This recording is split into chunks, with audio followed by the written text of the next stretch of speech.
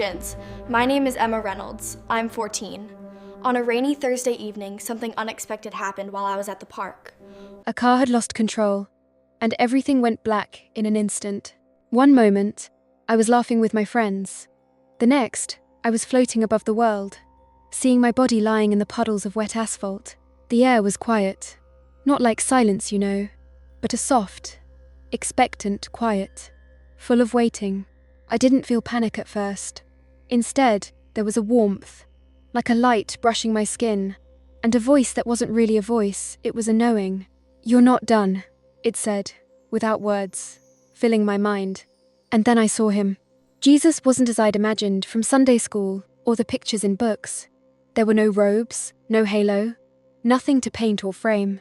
He was light itself, alive and moving, like the sun had learned to breathe. I didn't blink. I couldn't. And somehow, I knew he had been waiting for me. I looked around and realized I wasn't on Earth anymore. The city below was distant, muted, grey, yet I could see everything. The people glued to their phones, faces lit by screens, thumbs scrolling endlessly, eyes hollow. I felt their loneliness, the anxiety, the pressure to appear perfect, the endless likes, the endless comparison. They weren't just harmless distractions. They were chains. I could see the shadows creeping from the screens into their minds. Small, whispering, twisting little things, feeding on fear, envy, and sadness. "Emma," he said, not with words, but with a feeling that settled in my chest. "This is why you are here." I didn't understand. Why me? I thought. I wanted to be home, in my bed, with my cat, with the warm smell of cinnamon bread from the kitchen. But he showed me something I could never forget. We moved through the clouds, past stars that felt alive, and he let me see what social media had done to people. Not just kids my age, but adults too. I saw arguments erupt from nothing, friendships shattered over posts, self-esteem drained like water from a cup. Every heart absorbed the comparisons, the insults, the lies. I saw them drinking from a stream that looked clear, but each sip darkened their minds. And I understood this darkness didn't start with the apps. It started in the heart. The platforms just gave it away to grow faster, to spread, to infect more people at once. I looked at him, my chest tight. Is it hopeless? I thought. And he smiled. Not the kind of smile you see in pictures. It was calm, patient, like the ocean holding the shore. And in that moment, I knew he wasn't telling me to despair. He was showing me the truth. That light could exist too. That mercy, love, and connection could grow stronger than the shadows. But someone had to fight for it. Someone had to remind people there was more than what they scrolled past. Then, I felt it a pull, gentle but firm, like a hand guiding me somewhere new. I was drawn closer, closer than I had ever been to a warmth I couldn't name. And I realized, this was my mission. Not just to return to life, but to see the chains and start breaking them, one heart at a time. Before I knew it, the world dissolved around me, and I felt myself moving back, down through the clouds, down through the grey city streets, back into my own body. I gasped, air filling my lungs like I had never breathed before. My eyes flew open. The room was bright, sterile. I was alive again, and everything I had seen, the shadows, the whispers, the power of the light was real. When I opened my eyes, the hospital lights stabbed at me, harsh and buzzing, but I didn't care. My body ached. My chest burned from the impact. But inside, I was still there with him, in that warm, living light.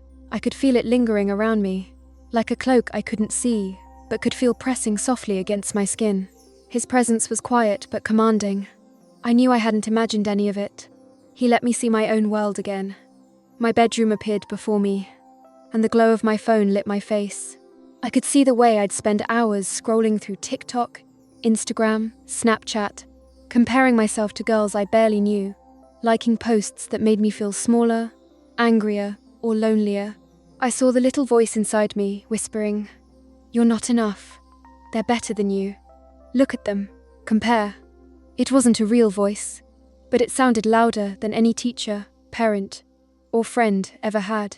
"Emma," he said without words. "Look at the root." I felt his gaze pierce through me. Every like I craved, every comment I feared, every self-conscious moment, I saw the shadows feeding on them. The platforms themselves weren't evil. He showed me they were tools, amplifying what was already in people's hearts. Fear, envy, pride, loneliness, they became massive waves when I scrolled. And the more I looked, the more I drank from them, feeding the shadows without knowing it. Then, the scene changed. I was inside the feeds of hundreds of other kids my age. I saw their faces, tired, anxious, smiling for the camera while screaming, silently inside. One boy sat in his room, crying because he hadn't gotten enough likes on a post. A girl lay awake, staring at the ceiling, wishing she looked like someone she saw online. Each moment, each swipe, each heart click was a threads of comparison, threads of doubt, threads of fear binding them tighter to the shadows. I gasped. This is everyone, I thought. I felt dizzy, overwhelmed, and then I felt his hand, not literally, but through my soul, comforting, steady. He showed me something I didn't expect. The same kids trapped in darkness could still see the light. He didn't lecture, he didn't yell. He just showed me a kind word typed to a friend, a prayer whispered for someone hurting, a post shared to uplift, a moment taken away from the feed to truly listen to someone. These were like small beams of sunlight cutting through storm clouds. Every act of mercy, every spark of love, every choice to resist the endless scroll could grow and push back the shadows. "Emma," he said, "you are going back." I shook my head. I wanted to stay in that peace forever. The warmth, the calm, the certainty it felt like home. I didn't want to return to my room, my school, the constant notifications, the endless comparisons. I didn't want to face reality. But then I understood. My story wasn't for me, it was for them. I saw my friends, my classmates, the kids in my town, scrolling endlessly, unaware of the chains wrapping tighter around their hearts. I felt the weight of responsibility pressing down on me, heavier than any car crash, heavier than my own fear. He showed me that one person, one voice, one life could make a difference. Even a 14-year-old could start to untangle the threads of darkness, beginning with their own heart. He whispered again, not words, but a thought. I felt deep inside. Remind them to breathe. Remind them to see themselves as I see them. Remind them love is stronger than the feed. Remind them the darkness is loud, but it is not the truth. I nodded, tears streaming down my face. I felt the truth of it in my bones. If I survived, I had to speak. I had to act. I had to show even the smallest spark of light to those trapped in scrolling shadows. Then I felt it tug again. The warm light began to fade, replaced by the cold, clinical brightness of my hospital room. My body was real, solid, broken, but alive. The beeping machines, the sterile smell, the tube in my throat, it all reminded me that I had been given a second chance. I coughed, gasping for air, my chest burning, but inside I carried what I had seen. He was still with me, in a way I couldn't describe. Not in the room, not in the air, but in the knowing. A steady presence reminding me, Emma, this world is full of shadows, but it is also full of light. Help them see both, and remind them which to follow. I realized then that this wasn't just a lesson for me. It was a mission. Every post I made, every word I said, every act of kindness could pierce through the darkness.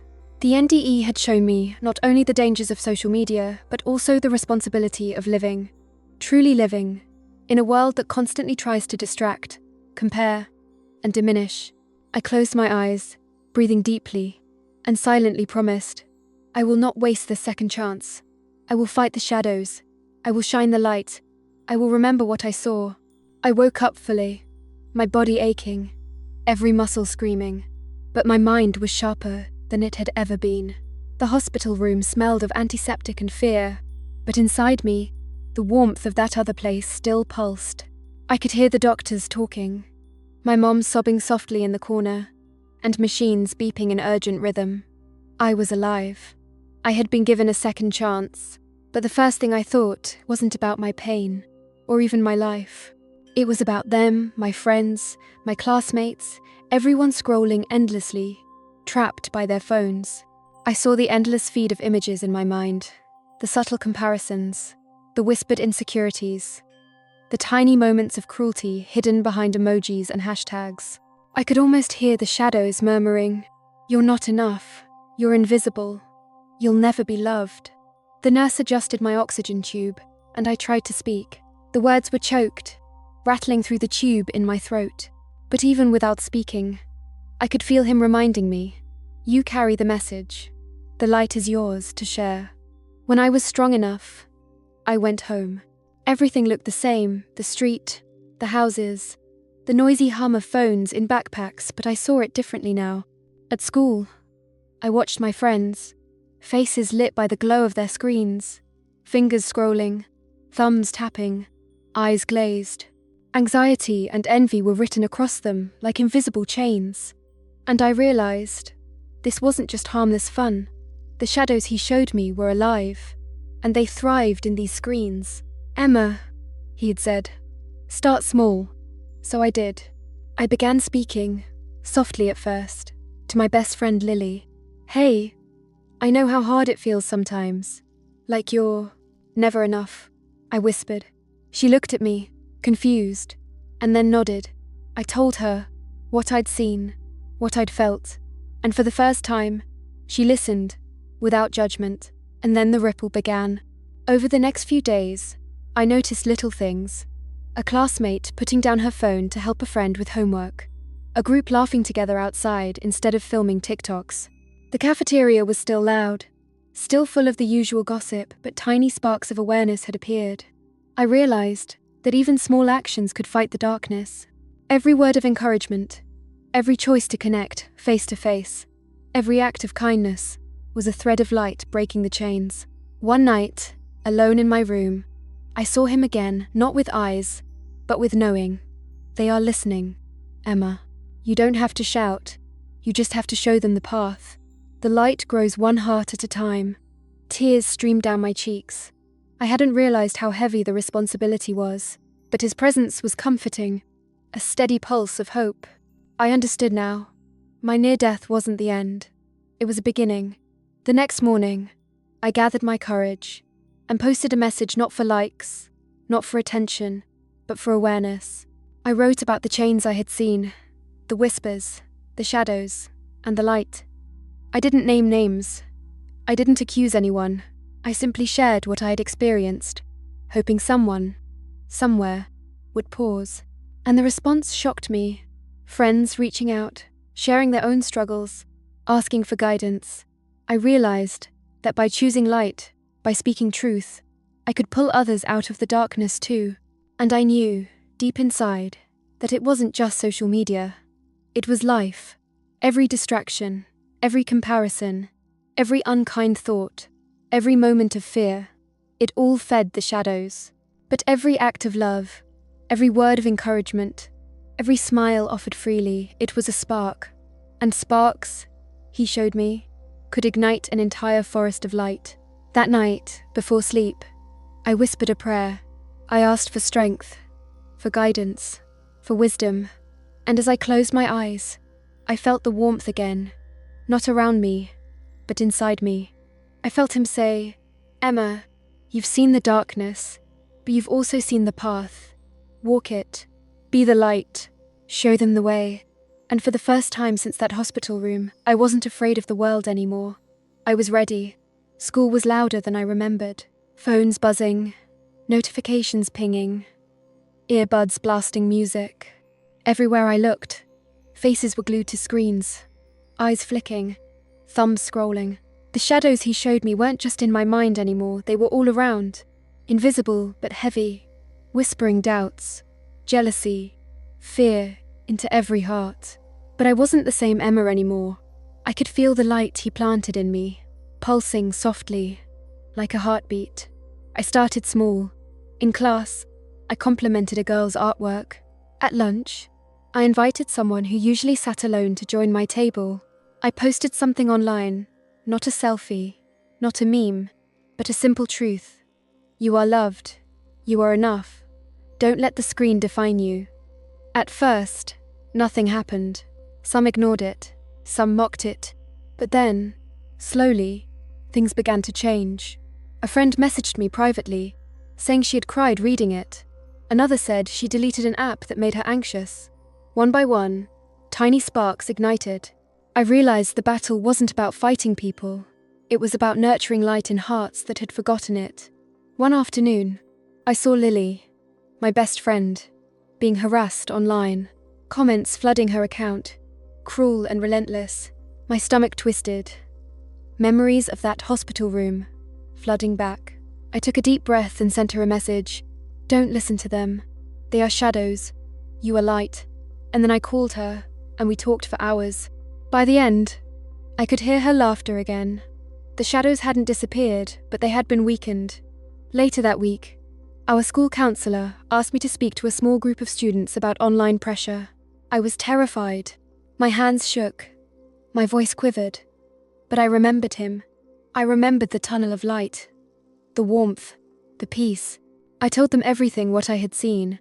How social media can twist thoughts. How anger, jealousy, and comparison can feed shadows inside us. I told them about the light. About choice. About hope. Some students laughed. Some rolled their eyes. Some cried. But one boy stayed after class. His eyes were full of fear and shame. I sat with him. I listened. And I prayed with him quietly. When he left, he smiled. Hesitant, but real. I realized then that light isn't always loud. Sometimes it's quiet. Sometimes it's patient. And sometimes it's enough. That night, I looked at my phone.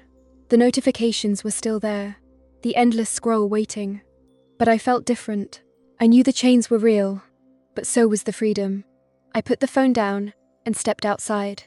The stars were bright, unbothered by screens, unbothered by shadows. I breathed deeply and whispered a prayer of thanks. I knew the shadows were still out there waiting, whispering, tempting. But I also knew that the light he gave me was stronger. Every act of love, every moment of kindness, every choice to connect, instead of compare, it was a spark that could grow into a blaze. And I wasn't alone. He was with me, always, closer than the air in my lungs, guiding me, reminding me that even in a world consumed by screens and shadows, light could shine. And so I walked forward, not afraid, not perfect, but awake. Awake to the truth, awake to the light, awake to the choice every single day, to feed the darkness or to be the light.